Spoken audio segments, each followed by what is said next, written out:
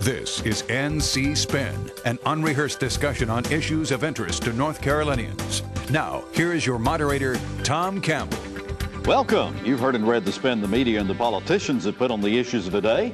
Get the correct spin on what's going on in North Carolina. Let's introduce you to our panel of experts. They include Chris Fitzsimon from NC Policy Watch, former House Speaker Joe Mavretic, political analyst Peg O'Connell, and syndicated columnist John Hood. Well, we've got a loaded show for you this week, starting with the court decision siding with the governor about separation of powers, the proposal for a redistribution of wealth among counties in the state, and a look at several bills in the hopper at the legislature, especially one to give the insurance commissioner authority to reduce homeowner rates. Let's get started. In a unanimous decision that might cause ripples all through the state government, a three-judge panel sided with Governor McCrory and former Governors Hunt and Martin in saying that the legislature exceeded its constitutional authority in the way and powers it gave the Coal Ash Commission and two others. The fallout was immediate and retaliatory. Legislators said they would appeal the verdict and also that they'll hold up gubernatorial appointments until the case is resolved. I want to ask all of our panelists what their reaction is to this ruling and the legislature's reaction. John Hood, we'll start with you. Well, I'm not sure I'm shocked by the ruling. I wasn't necessarily expecting it to be unanimous in the three-judge panel. I agree with the ruling in general, but I do think there's some complexities here that either the Superior Court judges haven't fully worked out, or there may even be some backlash if the ruling stands. It may accomplish more than the plaintiffs intended. Yeah. Peg, your reaction. Well, you know, I think that we have three branches of government for a reason, and I think the court was right in its interpretation of the Constitution that the legislature has overstepped its bounds. And if you put legislators in charge of running administrative agencies and executive agencies, you don't need three branches of government. So if you don't like it, change the Constitution. Don't just change the law. Joe Mavretic. Well, I think unintended consequences bound to occur on this one. I think the court, the judges were correct, and I cannot wait to hear the rest of this judicial issue. Chris. Well, I think in this case, the judges, the panel was probably correct as well. I agree with everybody, but and John is on to something, as Joe. We have no idea how big this will be and how broad it will be. There are a lot of boards and commissions where this has been going on for years, and the question is what happens now. I was disappointed that the Senate leadership behaved like little kids and refused to confirm appointments that have nothing to do with this case, that are they're supposed to be confirmed by the General Assembly, that aren't involved in this case at all. I think it's another example of the pettiness that sort of abounds these days in Raleigh. John, the three-judge panel did not take long, 10 days, less than 10 days, to make their decision, and it was, as you said, unanimous. What does that tell you about the chances it might, that the governors might prevail on their side of the argument in an appellate court? I'm not sure it tells us a whole lot. I think people might be reading too much into that if they're assuming that because it happened that way with these particular judges that they can predict exactly what's going to happen at the high court. The issue here is very interesting. At the federal level, we have a clearer sense in tradition and even in the constitutional language, the division between what a legislative branch does, what an executive branch does. We didn't have a history, as we have in North Carolina, decades of history of panels that had gubernatorial and legislative appointees acting in administrative ways. The plaintiffs made a number of different arguments, and one of them was these particular boards went over the line because they were majority legislative appointees, and in some cases basically reported to legislators.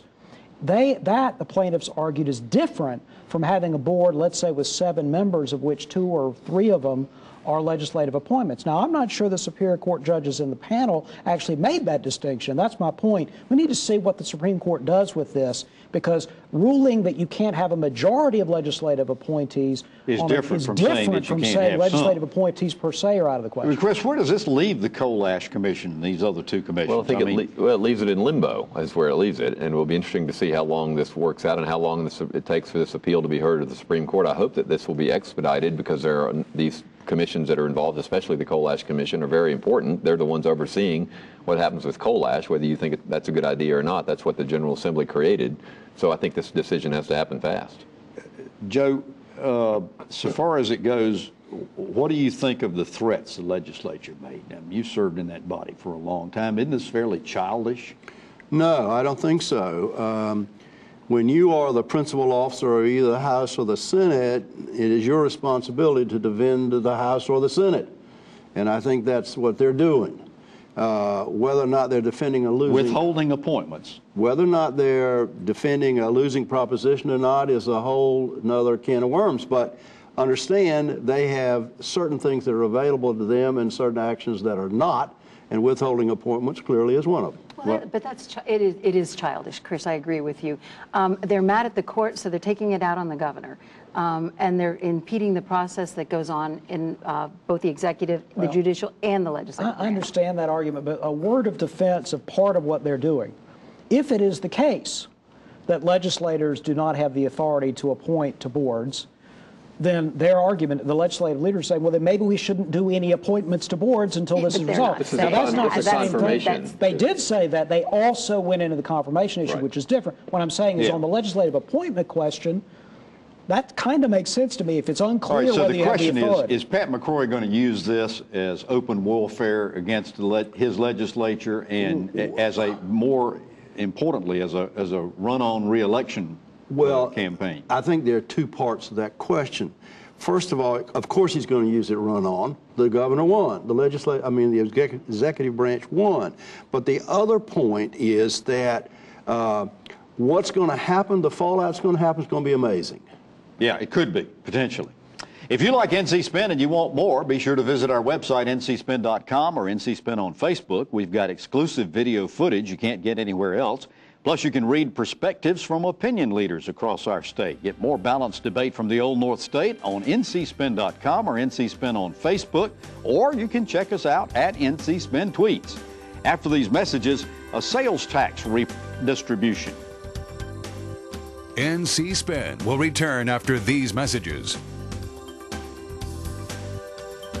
The Legal Workforce Act is a bad idea. Forcing mandatory E-Verify before creating a 21st century guest worker program is bad for agriculture and it's bad for our economy. Wasting crops, closing farms, and importing our food are not acceptable consequences. We expect better. We must solve our current workforce needs first, tell Congress to fix our broken immigration system the right way.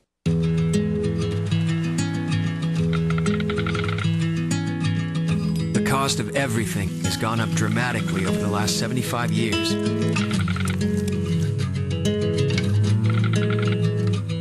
With one exception, keeping electricity affordable. That's the power of your co-op membership. Learn more at togetherwesave.com. North Carolina's Touchstone Energy Cooperatives, looking out for you. Every year, North Carolina patients undergo 635,000 same-day surgeries. 72% of these surgeries are performed in our highest-cost hospital facilities, adding as much as $2,000 to every procedure. The state's outdated Certificate of Need law prevents competition from lower-cost, higher-quality same-day surgery centers, inflating healthcare costs and limiting patient choice. Tell state lawmakers it's time to lower healthcare costs now. It's time to make a simple fix to an outdated law, increasing patient choice and lowering healthcare costs now. You can help. Visit reformconnow.com and tell lawmakers it's time for a simple fix to an outdated law. It's time to lower healthcare costs now.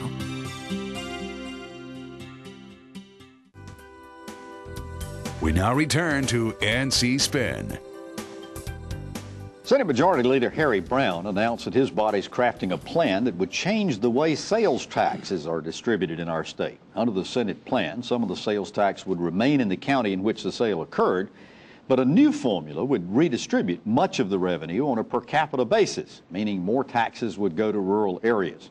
And I want to ask all the panelists again, two big questions here in our minds. First of all, irrespective of the politics, is this the right thing to do with sales tax revenue? And the second is, whether we think this is really going to help rural counties. Joe Mavretic, I'll start with you. Yeah, I think revisiting the distribution formulas every decade or so is a good idea. And I think to some extent it will help counties, particularly if they apply those additional monies to capital outlays. Chris? I don't disagree that it's worth looking at the way we distribute sales tax revenue. I fear that it's part of the larger agenda where we're really going after the major urban areas and that they're going to be hit especially hard. I do think we need to do something for rural North Carolina. If this were the only thing that was happening, it might be a good idea. But when you take it in the larger context, I'm worried about the continuing attack on the Charlotte and Raleigh and Greensboro, the folks that are bringing people to North Carolina, creating wealth in the state, bringing jobs here. We can't continue to hammer them and expect to prosper. John? I'm not a big fan of this proposal. There isn't anything sacrosanct about the particular arrangement of the formula. You could change it somewhat. I'm also bothered by the argument that we shouldn't be robbing the rich counties to give to the poor counties. Instead, let's have a state tax increase which has exactly that. In other words, it is meaningless to say we shouldn't redistribute sales taxes. We should give everybody a higher tax. Unless you're going to redistribute some of the resulting revenue from the urban areas to the rural areas, then you're still not doing it. Everybody's taxes go up. They don't get any more than they could have gotten on their own. So either way, this is inevitably a transfer. If you're going to spend more money in rural areas, you have to get it from somewhere else. Right. That's the point. Yeah. Okay. Well, much like Chris said, I think this is just part of the philosophy of trying to undermine our municipalities and our large urban centers. We've seen it all through the last couple of sessions of the General Assembly, taking powers away from the cities and the counties. And I think it's good to help rural North Carolina grow, but not by strangling our cities. Joe, for years, Republicans have railed about Democrats redistributing wealth from rich people to poor people. How is this any different than that? Tom, it's not.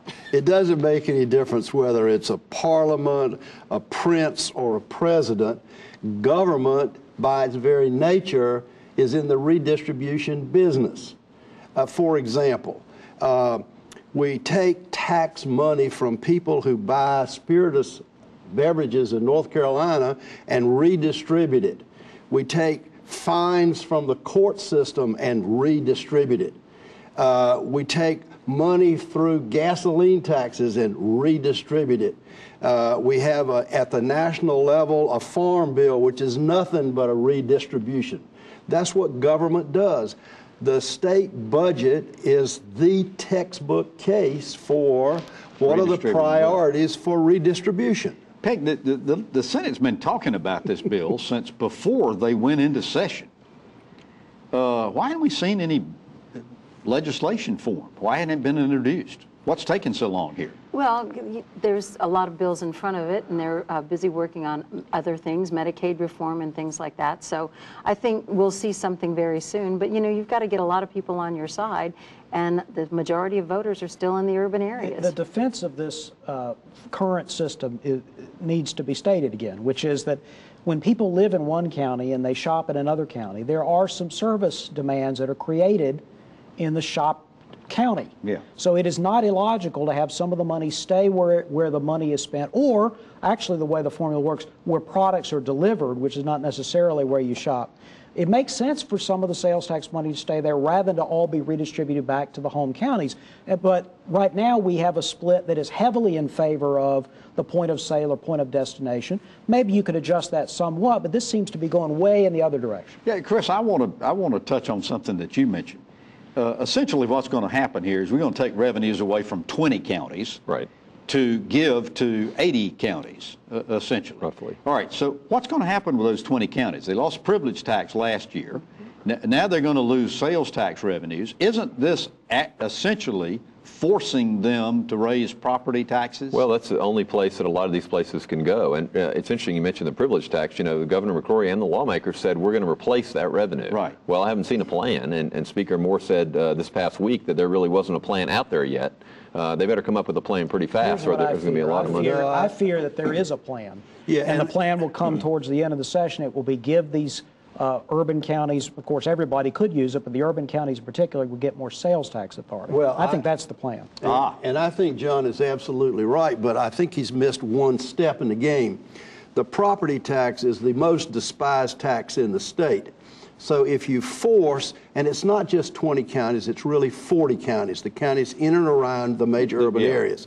Okay, when you force them to raise property taxes, which is an anathema to the population, then they look for some alternative, and then John's move and they look for somebody to blame, and they take that blame out at the ballot box, don't they? And on it's the county commission. at the local people, not So the therefore, we Assembly. replace Democratic county commissioners with Republicans? Is that what's going on here? First, you have to change the way they're elected, and that's a whole other story. Yeah, We talked about that last week, I think. that's a different ballgame. All right, after these messages, we're going to talk about several bills in the hopper at the legislature. NC Spin will return after these messages. Where do you go when you need to know? ANC makes it easy for you to get the information you need to make well-informed public policy decisions. Our members are industry leaders who are ready to share their industry-specific insights with you. Want to hear both sides of the story? ANC members can tell you.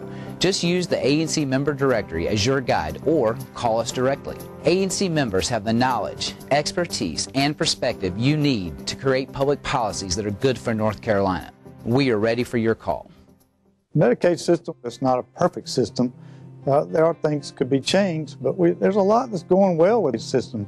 Community Care of North Carolina is in place. It's a team of nurses, advisors, caregivers who help us out. We want to call and say, look, I've got Miss So-and-so here. She needs to have her weight checked each day because she's got congestive heart failure.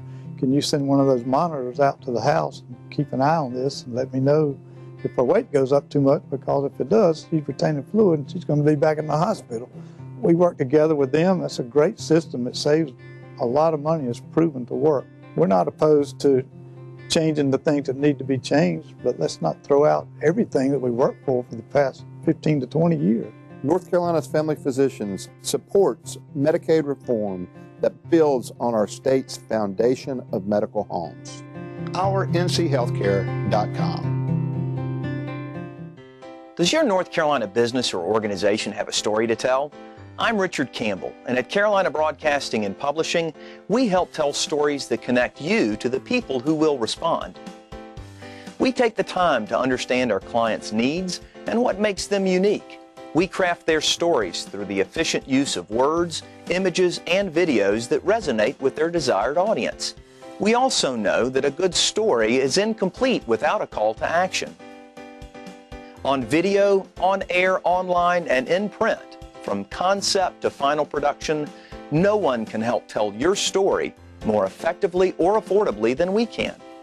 For special introductory offers, visit carolinabroadcasting.com or call 919-832-1416. Again, that's carolinabroadcasting.com. Let us help tell your story today.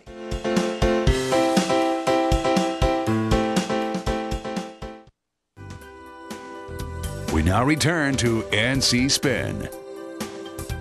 We want to look at several bills in the hopper at the legislature, starting with one that could give our state insurance commissioner the authority to actually decrease homeowner insurance rate if he deems it appropriate. Peg, your late husband, Jim Long, was insurance commissioner for a lot of years, and I know you've heard these back and forth discussions. What do you think of this new idea? Well, I think it's interesting, Tom, because the last two sessions of the General Assembly, there was a major move to take power away from the insurance commissioner and take him out of the rate-making function. So the fact that this Republican anti-regulatory legislature has put forth a bill that would actually give the insurance department more authority, I think the irony would be greatly appealing to Jim. I want to go add on to this a little bit, John. The insurance companies have really been pounding hard to get the insurance commissioners' duties and responsibilities reduced with no success.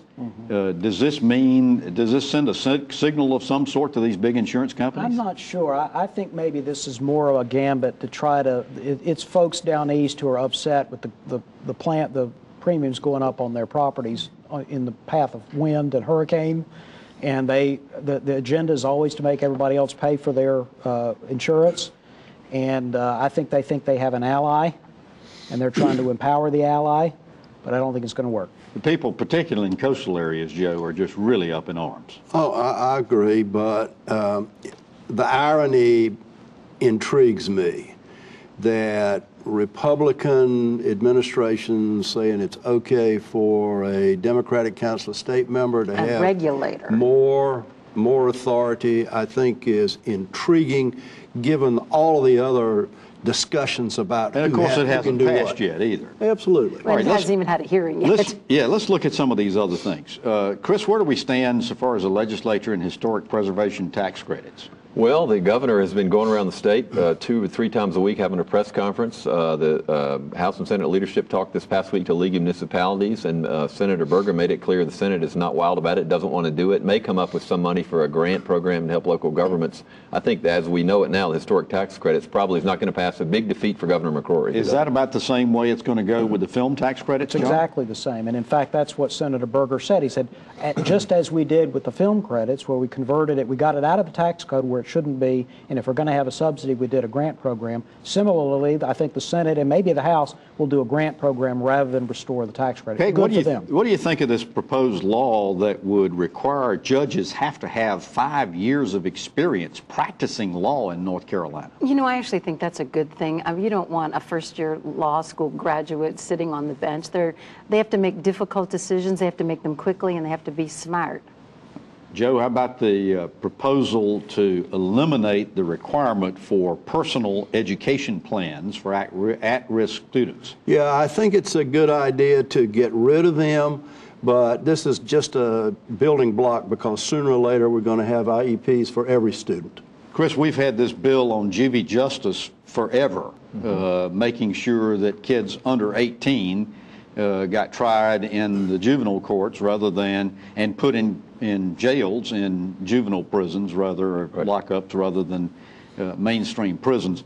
Any chance it's going to move this year? Is there any reason for it? Well, I think there might be a chance in the House. The Senate leadership still doesn't seem wild about it, and I think it's outrageous. I think New York is the only other state in the country that does this. Every state has moved to treat these juveniles like juveniles. It actually saves money in the long run. The Locke Foundation and the Justice Center and NC Policy Watch and everybody else has long thought it's the right thing to do. The DAs do not, and the Senate is listening to them. All right. After these messages, we're going to ask the panel to tell us something we don't know.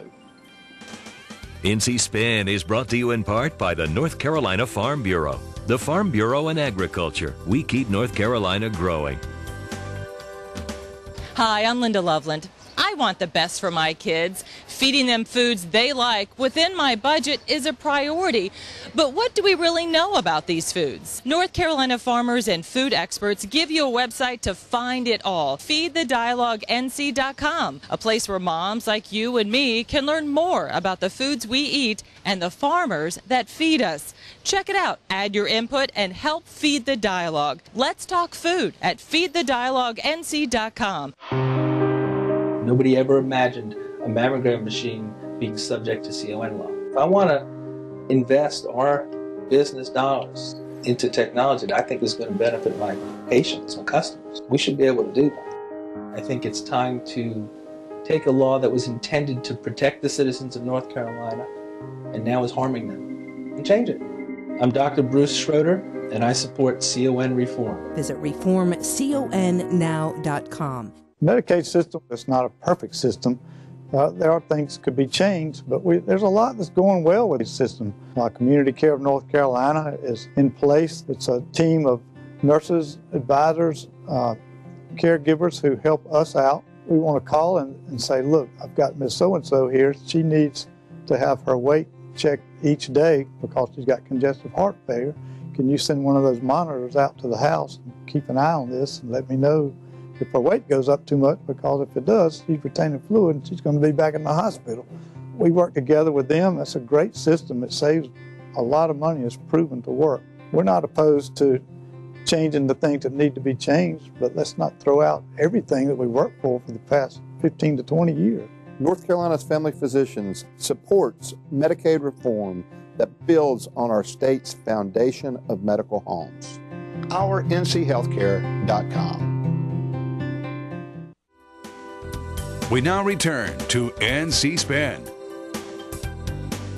All right, one of our favorite parts of the show is when we ask the panelists to tell us something we don't know. Peg told me before we got started tonight, call on me first, because these other guys talk so long, I don't get a chance to speak very much. Peg O'Connell, tell us something we don't know. All right, so maybe you don't know that on Tuesday, St. Patrick's Day, Representative Vaughn Hawley of Wake County, Senator Don Davis of Pitt County and Greene County introduced companion bills that would establish a Healthy Corner Store initiative that would set up a program to help corner stores start to sell and stock healthy food, locally grown produce and things in order to eliminate some of the food deserts in North Carolina. Good. John, tell us something we don't know. So this past week, the state Senate, the leaders of the Senate announced an alternative to Governor McCrory and the House on incentives, and included significant changes in the corporate tax, not only changing the formula to a single sales factor rather than the current formula, but also allowing the next two previously scheduled increments of reduction to 4% and then to 3%. I don't think the legislature on the other side is going to go along with it, or the governor. So if it comes down to a trade, I'm told the Senate would prefer to get the single sales factor. That's more important to them. Now explain what this single sales factor is very quickly. We have a double weight on the sales, and then we have the amount of property in the state, and we have the employment in the state. And this would simply treat it as the only way you would allocate income from state to state is by sales in North Carolina. And that would help companies that have substantial investments in the state. They would be able to export their corporate tax. Chris, tell us something we don't know. 6 months ago, two Robeson County men, both of whom are mentally disabled, Leon Brown and Henry McCullum, were exonerated. The DNA evidence of a rape and a murder they had spent more than 20 years, 30 years in prison for. They both are indigent. They have no money. They can't keep their water bills on. They've asked Governor McCrory for a full pardon of innocence, which it seems the least he could do. The prosecutor down there helped to get them free. Governor McCrory has yet to issue or hear their case and give them the pardon of innocence they need to go on with their lives. It's the least we can do. It's a scandal that the governor won't give these guys what they deserve and give them some restitution for the years we stole from them and let them live a decent life. Joe, tell us something we don't know. Well, something that's flying under the radar has to do with law schools in North Carolina. North Carolina has 7 law schools. 6 of them are on university campuses. 1 is a for-profit law school in Charlotte. There's been some writing started by advocates for the university law schools against the for-profit law schools. 6 of the 7 schools, the ones on university campuses, 4 of them are on private private universities. Only 2 are in state universities. If you look at the statistics, it's interesting that if you have to make a case about how many law schools, the University of North Carolina at Chapel Hill's Law School might be available to be eliminated. Wow. Well, that's something we didn't know. Well, you've heard our spin on the issues of the day. To stay informed all during the week, give your feedback, and read our weekly column, be sure to visit our website, ncspin.com, or catch NC Spin on Facebook. And we hope you'll join us next week when we'll have more balanced debate for the Old North State. Until then, stay informed and watch out for the spin. Join us next week and get the spin on issues facing our state.